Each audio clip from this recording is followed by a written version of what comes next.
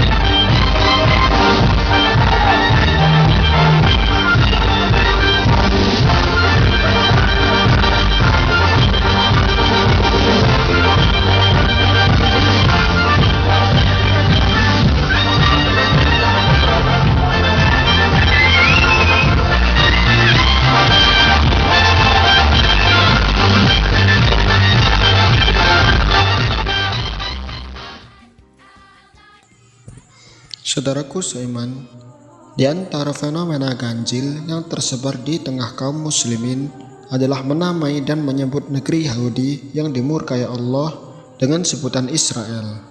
Kemudian Israel dan negeri Israel lah yang dicela dan dicerca. Apakah tepat kita mencela Israel? Ketahuilah bahwa Israel sebenarnya adalah Nabi Yakub alaihissalam. Dalam tafsir Ibnu Abi Hatim dari Ibnu Abbas, beliau radhiyallahu anhu mengatakan, suatu saat kelompok orang Yahudi mendatangi Nabi Shallallahu Alaihi Wasallam. Ketika itu beliau bertanya pada mereka, apakah kalian mengetahui bahwa Israel adalah Yakub?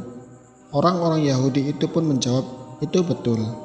Lantas Nabi Shallallahu Alaihi Wasallam berkata, ya Allah, saksikanlah perkataan mereka. Jadi sangat jelas dalam hadis tersebut bahwa Israel adalah Nabi Yakub alaihissalam. Saudaraku seiman, perhatikanlah firman Allah Subhanahu wa taala berikut. A'udzubillahi minasyaitonirrajim. Wadhkur ibadana Ibrahim wa Ishaq wa Ya'qub ulil aidi wal absar. Inna akhlasnahum bi khalisatin dzikrad dar. Wa innahum indana laminal mustafainil akhyar. Dan ingatlah hamba-hamba kami Ibrahim, Ishak dan Yakub yang mempunyai perbuatan-perbuatan yang besar dan ilmu-ilmu yang tinggi. Sesungguhnya kami telah mensucikan mereka dengan menganugerahkan kepada mereka akhlak yang tinggi, yaitu selalu mengingatkan manusia kepada negeri akhirat. Dan sesungguhnya mereka pada sisi kami benar-benar termasuk orang-orang pilihan yang paling baik. Lihatlah dalam ayat ini, Allah betul-betul memuji Nabi Allah Yakub alaihissalam.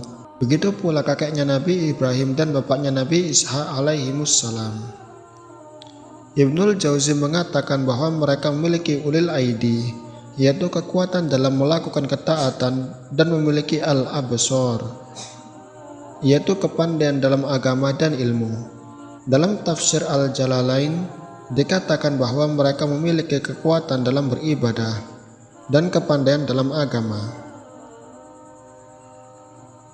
Syekh Abdurrahman bin Nasir As-Sa'di menyimpulkan bahwa Allah menyifati mereka dengan ilmu nafi', ilmu yang bermanfaat, dan amal soleh yang banyak.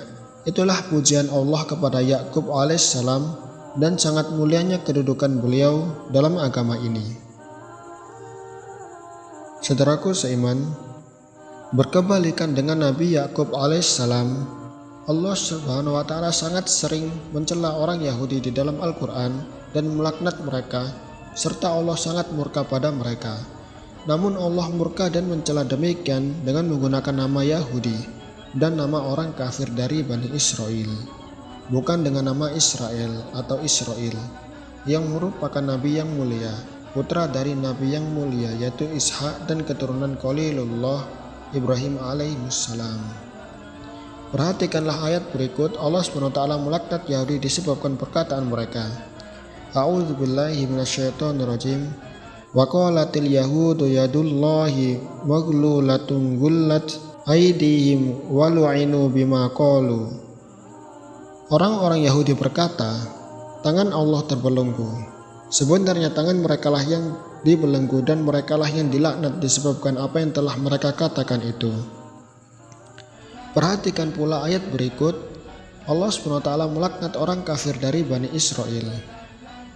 Lu'inal ladzina kafaru min Bani Israil ala lisani Dawud wa Isa bin Maryam dzalika bima asaw wa kanu ya'tadun.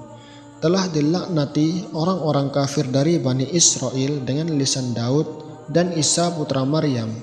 Yang demikian itu disebabkan mereka durhaka dan selalu melampaui batas.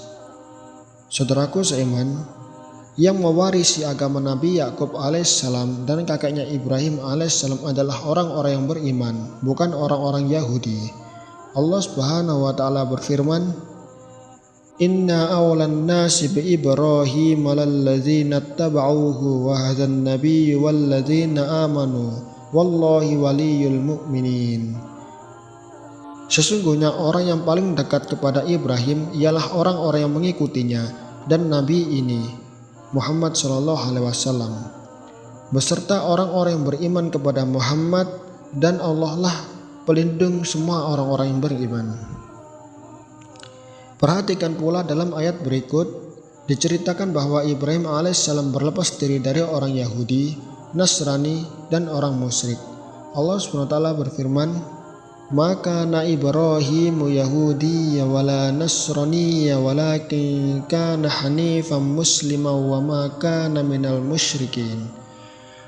Ibrahim bukan seorang Yahudi dan bukan pula seorang Nasrani, akan tetapi dia adalah seorang yang lurus lagi berserah diri kepada Allah, dan sekali-kali bukanlah dia termasuk golongan orang-orang yang musyrik.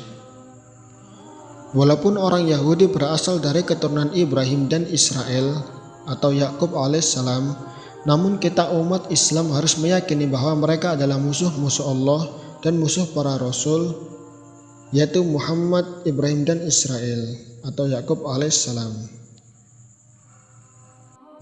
Kedekatan orang Yahudi dengan Ibrahim dan Yakub alaihissalam tidaklah bermanfaat sama sekali, karena mereka tidak beriman pada wahyu yang diturunkan oleh Allah Subhanahu wa taala.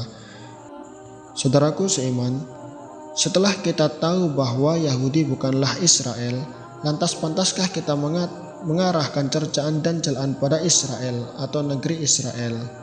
Yang lebih tepat adalah cercaan tersebut diarahkan pada mereka orang Yahudi yang merupakan musuh Allah, bukan kepada Israel atau Nabi Yakub alaihissalam yang penuh dengan kemuliaan. Semoga hal ini bisa jadi perenungan bagi kita semua. Ketahuilah bahwa celaan kepada Nabi Yakub alaihissalam tidaklah akan berpengaruh padanya sama sekali. Sebagaimana pula dahulu orang Quraisy mencela Nabi yang mulia yaitu Nabi Muhammad SAW. Namun celaan tersebut tidak berpengaruh dan dipalingkan dari beliau. Marilah kita merenungkan hadis yang mulia ini. Rasulullah SAW bersabda, Tidakkah kalian heran bagaimana Allah bisa memalingkan celaan dan laknat kaum Quraisy padaku? Mereka ingin mencaci dan melaknat orang yang tercela, padahal aku adalah Muhammad, Nabi yang mulia. Saudaraku seiman, janganlah kita menyebut orang Yahudi dengan Israel, dan juga janganlah kita mencela Israel, karena dia adalah seorang Nabi yang mulia. Yang lebih pantas dicela dan dicerca adalah orang Yahudi yang merupakan musuh Allah. Inilah yang harus kita renungkan. Allahu a'lamu bis-shawab.